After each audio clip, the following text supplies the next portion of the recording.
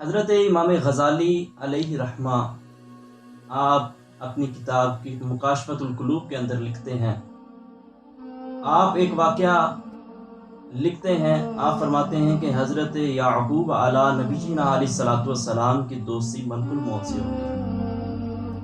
حضرت یعقوب علیہ الصلوۃ والسلام کے پاس ملک الموت فرشتہ آیا، آپ نے اس فرشتے سے کہا کہ تو میرا دوست ہے، جب میری موت کا وقت قریب آ جائے تو مجھے پہلے پیغام بھیج دینا۔ حضرت یعقوب علیہ نبینا علیہ الصلوۃ والسلام نے ملک الموت فرشتے سے کہہ دیا۔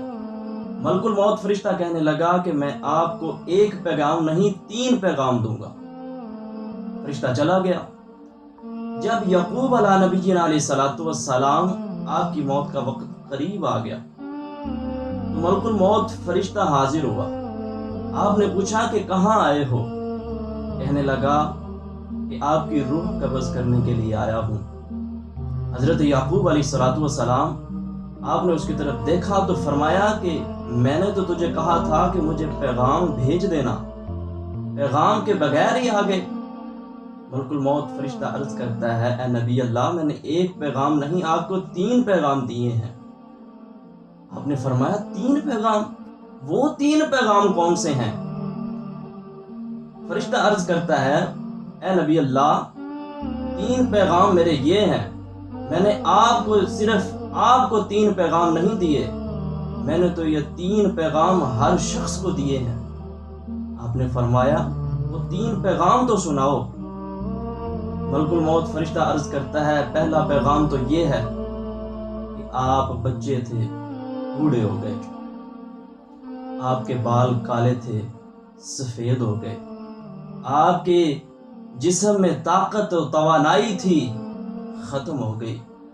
اے انسان، یہ تو واقعہ اپنے ذہن میں رکھ اور سوچ کہ یہ 3 پیغام میرے تک اور تیرے تک پہنچ رہے ہیں اور عنقریب پہنچ رہے ہیں۔ میاں صاحب کیا خوب فرماتے ہیں، آپ فرماتے ہیں، کر کر بدیاں بڈھا ہویوں، نکل گیا کب تیرا، پھر بھی بدیوں باز نہ آیا، واہ واہ شخص دلیرا۔ انسان آج توبہ کر لے، اپنے رب کی طرف لوٹا، انسان سچے دل سے توبہ کر لے، تیرے تک اور میرے تک پیغام پہنچ رہے ہیں اور موت کی سختی بہت زیادہ ہے۔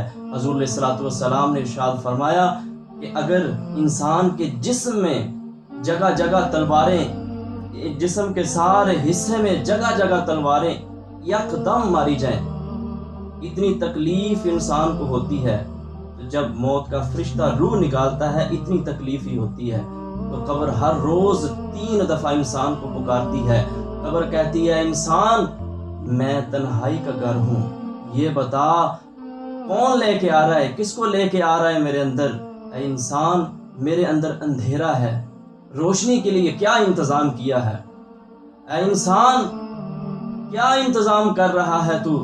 اے انسان، میرے اندر کیڑے ہیں، ان کیڑوں کے لیے کیا کر رہا ہے تو؟ اپنی قبر کو جنت کے باغوں میں باغ بنانے کے لیے کیا کر رہا ہے؟ اس لیے ہمیں چاہیے کہ ہم نماز پڑھیں، ہم قرآن پڑھیں، ہم سخاوت کریں، ہم نیکیاں کریں، تاکہ ہمارے عمل ہمارے کام آئیں۔